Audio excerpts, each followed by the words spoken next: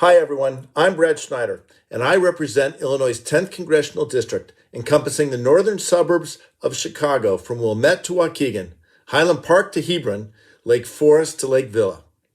First, I want to start by thanking the LGBTQ+ Real Estate Alliance for inviting me to speak during the 2024 Housing Policy Symposium. I'm so sorry I couldn't be with you all in person, but I know I speak for many of my colleagues in Congress when I say thank you for all the important work that you do to combat housing discrimination. We're all here today because the fight for full equality under the law is far from over. Despite the progress we have made for LGBTQ+ equality in recent years, this community continues to face discrimination in housing. And while we witness state houses and governors across the country advancing anti-LGBTQ+ legislation, we know that we must continue to be steadfast in our commitment to combat discrimination and hate. Having access to a safe place to live is the most basic need. No American should face discrimination in finding a home because of who they are or whom they love. Yet, discrimination in housing is a fundamental barrier to equality for the LGBTQ+ community. Lack of access to stable housing disproportionately impacts this community, and in particular, LGBTQ+ youth.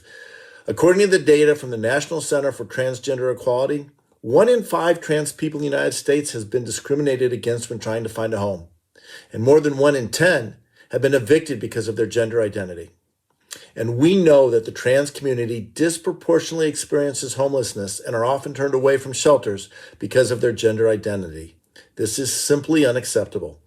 While some states have laws on the books prohibiting housing discrimination based on sexual orientation and gender identity, most states sadly do not. And while the Biden administration has recognized that the Fair Housing Act's ban on sex discrimination rightly includes banning discrimination based on sexual orientation or gender identity, we know we must codify these protections into federal law. It's the only way to ensure that queer and trans people can seek housing free from discrimination, regardless of who is in the White House. It's long past time that Congress enshrine specific federal protections against housing discrimination based on sexual orientation and gender identity. For the last 7 years, I have sponsored the bipartisan Fair and Equal Housing Act with my colleague, Representative Brian Fitzpatrick, to extend clear and consistent non-discrimination protections for LGBTQ+ individuals in housing. I'm proud to lead this long overdue effort, and I'm even more proud these important protections were incorporated into the Equality Act to ensure LGBTQ+ community is fully protected under the Fair Housing Act.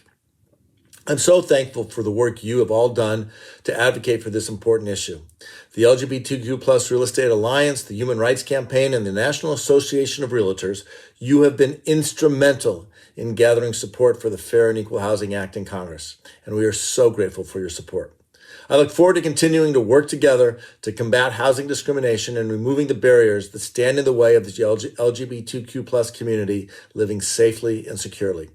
Thank you again, and I hope you enjoy the rest of today's events.